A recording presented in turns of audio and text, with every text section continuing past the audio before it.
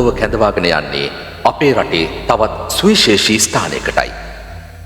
ප්‍රාර්ථනා කරන බොහෝ දේ ඉටුවන තැනක් ලෙසත් හාස්කම් වලින් සපිරි තැනක් ලෙසත් ප්‍රකට මේ ස්ථානය පිහිටා ඇත්තේ අනුරාධපුරයේ සිට මිහින්තලාව දක්වා යන අතරතුරයි.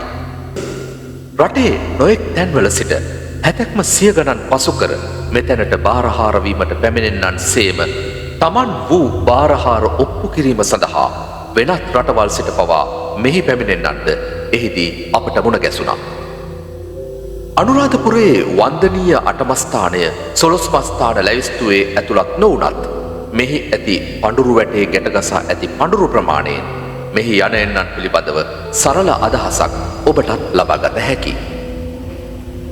බලාපොරොත්තු, ප්‍රාර්ථනා, ආසාවන් මේ සියල්ල මෙහි නිවසන යම්කිසි බලවේගයකට පවරා තමන් ඒ නිදහස් වීමට හෝ තමන්ගේ සිතේ බලාපොරොත්තුව වර්ධනය කර ගැනීමට දිනපතා මෙහි පැමිණෙන බලාපොරොත්තු සහගත බැතිමතුන්ගේ ප්‍රමාණය අධිකවත්ම පුදසිරිත් සත්කාර කරමින් ජීවිකාව රැකගන්නා කපු මහතුන්ගේ සේවයත් දැන් මෙතැනට එක් වෙලා.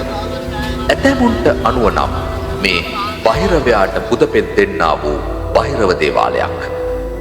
ඒත් පුරාවිද්‍යා දෙපාර්තමේන්තුවට අනුව මෙය වෙනත් වටිනාකමක් සහිත ස්ථානයක්.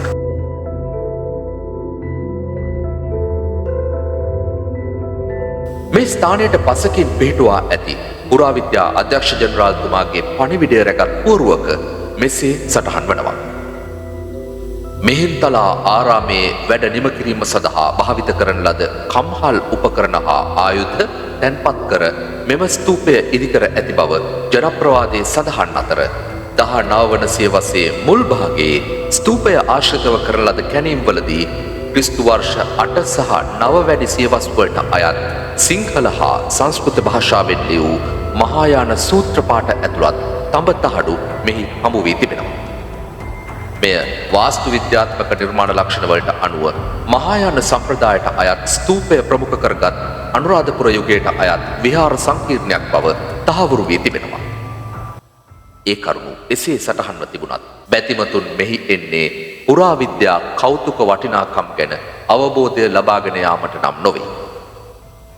අනුරාධපුර කටුසෑය බොහෝ දිනාගේ බලාපොරොත්තු ඉෂ්ට කරන හාස්කම් චෛත්‍ය බවට පත් වී තිබෙනවා. එහි සත්‍ය අසත්‍යතාවය කෙසේ වුවත් මෙහි යනෙන්නන් නිසාම පරපුරෙන් පරපුරට ගෙන යා යුතු අතීත උරුමය විනාශ වන බවට නම් සැකයක් නැහැ.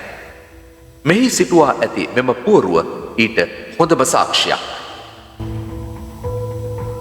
මිහින්තලේ ආරාම සංකීර්ණය ඉදිකිරීමට එකල මිනිසුන් විසින් භාවිත කළ සියලුම උපකරණ එක් තැනකට ගොඩගසා එය චෛත්‍යයක් ආකාරයට ඉදිකර බව ඇතමුන්ගේ මතයයි. එසේම 4 වැනි මිහිඳු මහරජතුමන්ගේ මිහින්තලා සෙල්ලිපියේ සඳහන් වන කටුසෑය මෙයම බව ඇතමුන් පිළිගන්නවා. මෙම චෛත්‍ය ඉදිකළ කාලවකවානුව පිළිබඳව නිශ්චිත සටහනක් තවමත් සොයාගෙන නැහැ. අදටත් කැත්තට උදැල්ලට පමණක් නොව තමන් පදවන වාහනේ සුක්කානමට වැඳ නමස්කාර කොට දවස අරමන මිනිසුන් අපේ රටේ සිටිනවා. භෞතිකව ඒවා ද්‍රව්‍ය පමණක් වුවත් ඒවා නිසා ජීවිතය සරිකර ගැනීම සේම ඒවාට කෘතගුණ දැක්වීමට බෞද්ධ මනස හුරුවීම අරුමයක් නොවේ. ලොවක් මවිත කළ මහා නිර්මාණ බිහි කළ දේශීය කලාකරුවන් තමන් වැඩ කළ උපකරණවලට ගරුත්වය දැක්වීමට ඒවා මැදිකොට චෛත්‍යයක් ඉදිකිරීම සහ එය පසු කලක බාරහාර ඔප්පු කරවන හාස්කම් පිරි දේවාලයක් බවට පත්වීම අතෘප්තිකර සමාජයක පිළිබිඹුවත්ද යන්න සෙවිය යුත්තක්. මේවා පිළිබඳව ගවේෂණය කරන්නන්ගේ සොයා ගැනීම සාමාන්‍ය ජනතාව වෙත ලබා දීමේ ක්‍රමවේදයක් නොමැතිවීම නිසාම බැතිමත් බව මිස අන් කිසිවක් නොමැති ජනතාවක් බිහිවීම නොවැළැක්විය හැකි තත්ත්වයක්. මිත්‍යාව වැපිරෙන සමාජයක තර්කානුකූල අවබෝධවත් ජනතාවක් බිහි කිරීම සඳහා තමන්ගේ සොයා ගැනීම ජනතාව හමුවට ගෙන යාමේ නව ක්‍රමවේදයක් තැනීම පුරාවිද්‍යා ගවේෂකයන්ගේ සේම මාධ්‍යවේදීන්ගේද වගකීමක්.